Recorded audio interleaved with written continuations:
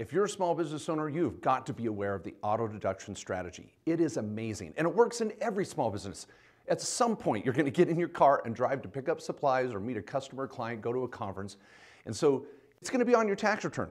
And whether you have a car, an SUV, a truck, an electric vehicle, the write-off is amazing under the new tax law. So let's break it down, and I know you're going to find some hidden jewels right here.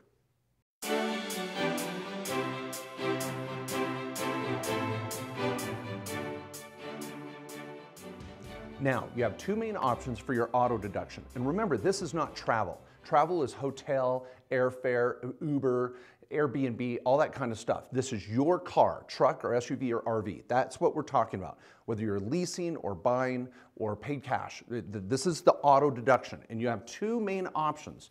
You can do mileage or actual. Now, I'm just hitting the highlights here too. I've got articles on this and more in-depth videos in my tax and legal library. But let's just get it out there and see if you can start to figure out which option works best for you. In fact, I have a recent blog article with 7 different rules or standards to help you choose the right method. Now, mileage is in 2018 going to change. In 2019, it's different, and it always is updated. Some of you may be still preparing your 2018 tax return, and this video is going to help you a ton. For 2019, let's hit both of this. For business miles in 2018, it was 54.5 cents.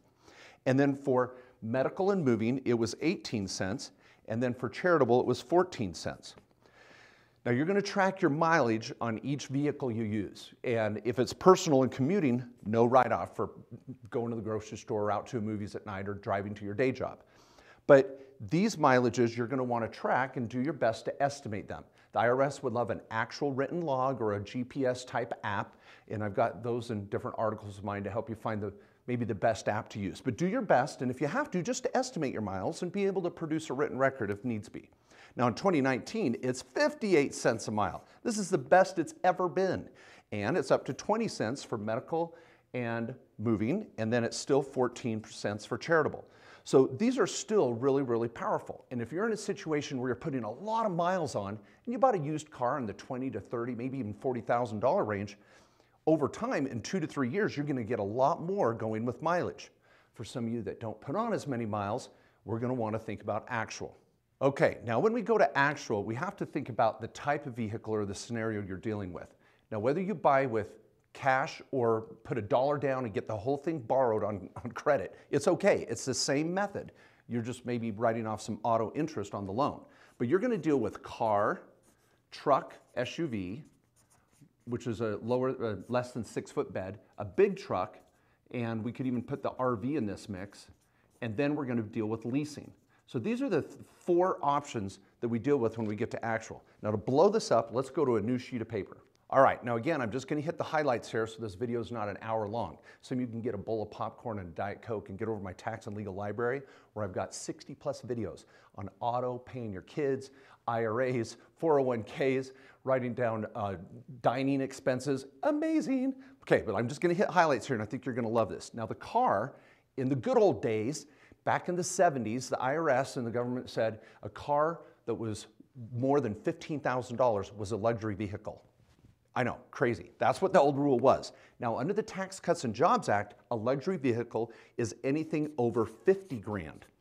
So that's a big deal because we can get bonus depreciation and bigger depreciation on the first 2 to 3 years where we couldn't do that before.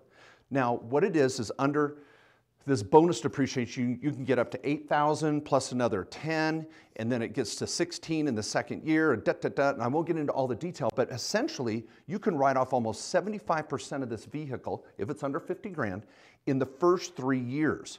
So then you're still writing off your auto fuel, repairs, maintenance. And so if you buy a car in that $30,000 to $50,000 range, and you're not gonna put a lot of miles on, you want to go actual because the write-offs are amazing. But again, if you're going to put on a ton of miles, you're going to maybe stay away from the actual. But this is where the car has gotten so much better. But it even gets better for the SUV and truck. Remember the old rule, if you bought an SUV or you had a truck with a less than 6-foot bed, kind of a glorified SUV with a truck bed, you had to use the 179 deduction and you could only write off 25 grand and then you had to depreciate it. It was still pretty good, and I had a lot of clients go that route. because of the lower fuel economy, it was just a great thing to write off all that gas. But it got better. I'm going to throw in some ShamWow towels or some Ginsu knives here. This 100% bonus is available to any vehicle that weighs over 6,000 pounds. So if it weighs more than 6,000 pounds, and it's a truck that has less than a 6-foot bed, it doesn't matter anymore, this kind of SUV criteria. You're able to write off 100% of this vehicle the day you buy it, even on credit, assuming it's 100% business use. So you could find some percentage of this and still make it work. This is amazing. Now, the bigger trucks that still weigh more than 6,000 pounds and have greater than a 6-foot bed, maybe a delivery van, 100% bonus depreciation. You can write off the whole vehicle again in the first year or depreciate it over time. And you can't drive yourself into a loss. If you don't have enough income in your business, you don't want to chase this rabbit down the hole. So be careful. In fact, I'm going to digress there and say this too. I have a lot of clients, they're like, Mark, I need a write-off, and they want to go out and buy this expensive car, expensive truck just for the write-off's sake. Guys, make good economic decisions. Good economical wisdom really plays into this, because you don't want to pay for a vehicle that may be sexy in your dream car until your business can handle it. So I want to see enough profit to take this as a write-off too, or else you're not getting a write-off that is really going to benefit you on your tax return. Now, the RV, big one. I've got other videos out there on RV owners, those that are full-time RVer lifestyle, or those that have an RV that they drive to work sites or to conferences or to trade shows or to haul supplies around, and maybe even use their RV at a rental property where you're fixing things up. The RV can be an amazing write-off, and still with 100% bonus depreciation. I even have people that are buying RVs and renting them, like an Airbnb VRBO strategy. And you could depreciate the whole freaking RV and use it once in a while. There's some rules there. It's pretty exciting. Finally, leasing is a tricky one. You can actually, with leasing, go actual or mileage. I have some clients that'll go with the mileage deduction versus the actual. And it depends on really your business use, the cost of the lease, how long you plan on using it, how many miles you're going to put on it. But you want to be careful with leasing. I actually have a podcast. If you go to my podcast, Refresh Your Wealth, on iTunes or Stitcher, we had just this last couple months ago, here in early 2019, we did a whole show with a leasing purchase expert on which one works best. Get to Refresh Your Wealth and check that out. But here's my point.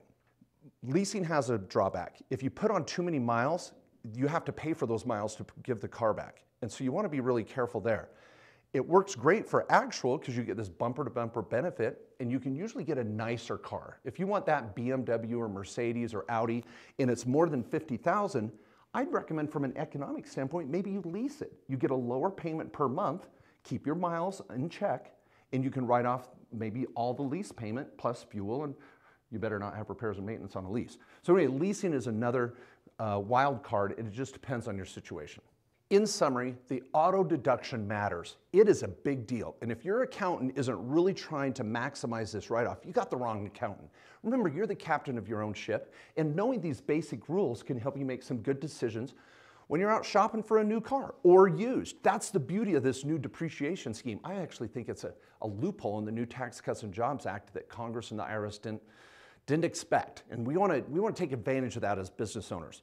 So be thinking about this, be in charge of your tax return, and down below in the information below, I have a link to my article where you can read more on this with 7 different criteria that might help you make a decision. Also get over to my Refresh Your Wealth podcast, it's down below, and the Tax and Legal Library with 60 different videos. The link's down there below. You'd love it, and it's a great investment, lifetime membership. It's just a few $100.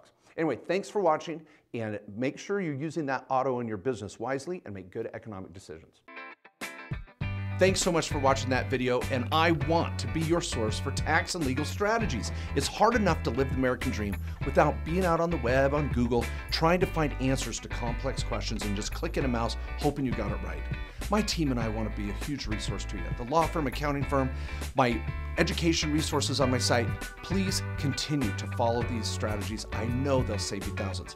Now, click here if you want to be a part of my newsletter. It's awesome. Weekly updates and deadlines and strategies and tips. Also, subscribe to my YouTube channel. You'll love it. And make sure to click the bell icon so you get a little ping whenever there's a new video. And finally, check out my site, markjkohler.com, with all sorts of videos, probably 70 plus videos, 30 plus hours of content that'll save you thousands.